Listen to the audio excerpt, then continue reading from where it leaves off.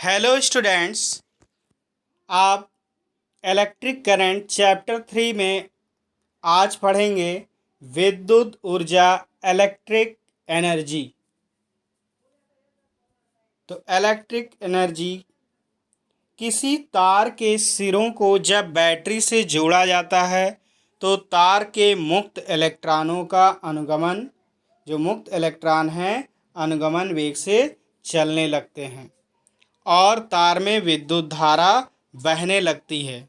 ये गतिशील इलेक्ट्रॉन गति करते समय धन आयनों से बार बार टकराते रहते हैं तथा इस प्रकार बैटरी से प्राप्त ऊर्जा का क्षय होता रहता है। अतः तार में विद्युत धारा निरंतर लगातार बनाए रखने के लिए बैटरी से लगातार ऊर्जा ली जाती है। यह ऊर्जा मुक्त इलेक्ट्रॉनों द्वारा धन आयनों को दी जाती है। इस कारण से आयनों को की ऊष्मीय गति थर्मल मोशन बढ़ जाती है, अर्थात तार का ताप बढ़ जाता है। इस प्रकार बैटरी से ली गई ऊर्जा किस में बदल जाती है? ऊष्मा में बदल जाती है। विद्युत ऊर्जा को दैनिक जीवन में अनेक प्रकार से प्रयोग में लाया जाता है, जैसे वैद्युत बल्ब, हीटर, टोस्टर, वैद्युत इस्त्री, पानी को गर्म करने की वैद्युत क्षण आदि में विद्युत ऊर्जा को ही ऊष्मा में बदला जाता है। तो देखिए, अब देखो बेटा ध्यान से, मोस्ट इम्पॉर्टेंट चीज़ है।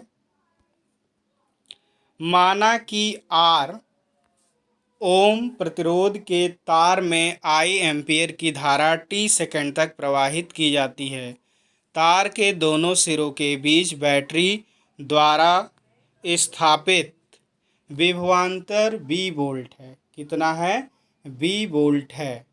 यदि t सेकंड में तार में से होकर बहने वाला आवेश Q कूलाम हो, तब अब क्या होगा भाई? Q equals to I into T. I क्या है? विद्युत धारा और T समय अंतराल।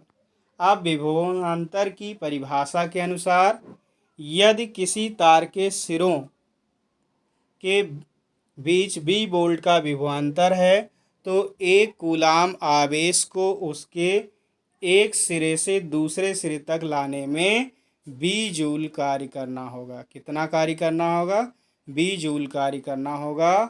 अतः Q कूलाम आवेश को V वोल्ट विभवांतर पर तार में एक सिरे से दूसरे सिरे तक ले जाने में बैटरी द्वारा किया गया कार्य W equals to Q B. Simply आप जानते हैं V equals to W upon Q होता है। क्यू नॉट था, ये इधर आ जाएगा मल्टीप्लाई, तो यहीं से आ गया W equals to Q into we.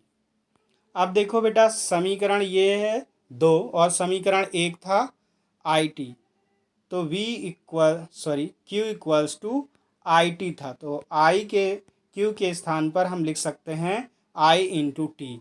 तो W इक्वल्स टू हो गया I into T into V joule, यानी कि VIT। ये समीकरण 3 हो गया। परंतु ओम के नियम से V इक्वल्स टू IR होता है, जहाँ R क्या है? वैद्युत प्रतिरोध है। अब V के स्थान पर हम क्या रख देंगे?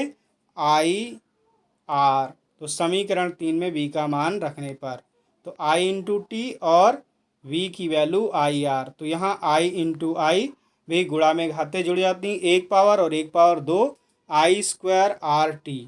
तो W इक्वल्स टू आ गया I स्क्वायर RT जूल। तो ये आपका चौथा समीकरण आ गया, फोर्थ समीकरण आ गया। अब देखिए, पुनः ओम के नियम से I के स्थान पर लिख सकते हैं V/R, तो समीकरण इसमें रखने पर तो देखिए ये 3 में रखा गया है IRT,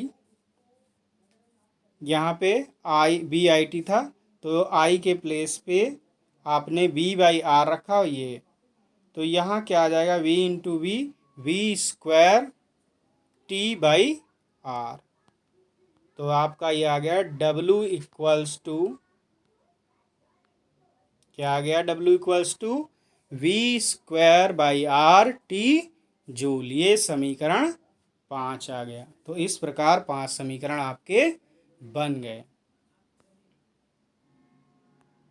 अब देखिए बेटा, समीकरण, अतः समीकरण 3, 4 तथा 5 में से किसी एक की सहायता से क्या कर सकते हैं, तार में t सेकंड में क्षय होने वाली ऊर्जा, डिसिपेटेड एनर्जी की गणना की जा सकती है। और हमें पता है कि 1 कैलोरी ऊष्मा उत्पन्न करने के लिए 4.2 जूल कार्य करना पड़ता था। टी सेकंड में उत्पन्न होने वाली ऊष्मा, क्या ऊष्मा होगी, तो उसको 4 जो भी वैल्यू आई थी उसको 4.2 से डिवाइड कर देंगे। तो भाई W को आप क्या कर रहे हैं, W को 4.2 से डिवाइड कर रहे हैं। तो देखिए W 4.2, पहला BIT आया था तो 4.2, दूसरा I स्क्वायर RT अपान 4 और V स्क्वायर T, और इसको 4 बाई ये V स्क्वायर RT, तो इसको भी डिवाइड कर दिया 4.2 से। तो ये सारे, ये मान लीजिए समीकरण 6। तो समीकरण 6 से स्पष्ट है कि एक निश्चित ताप पर किसी धारावाही तार में ऊष्मा उत्पन्न होने की दर क्या है, धारा के वर्ग, यहाँ से देखिए धारा के वर्ग के अनुक्रमानुपाती, या दूसरा तार के सिरों पर विभवांतर के वर्ग के अनुक्रमानुपाती। यह कथन जूल नियम कहलाता है। ये जो आपको मिला कि जो धारा के यहाँ पर जो ऊष्मा है उत्पन्न होने की दर धारा के वर्ग के अनुक्रमानुपाती या विभवांतर के वर्ग के अनुक्रमानुपाती, इसे क्या कहते हैं, जूल्स लॉ, जूल का नियम कहलाता है। चूंकि यह नियम ओम के नियम से संबद्ध है, अतः जहाँ ओम का नियम लागू होता है वहाँ ये भी नियम लागू है। यानी कि ओम का नियम लागू है तो जूल का नियम भी लागू होगा।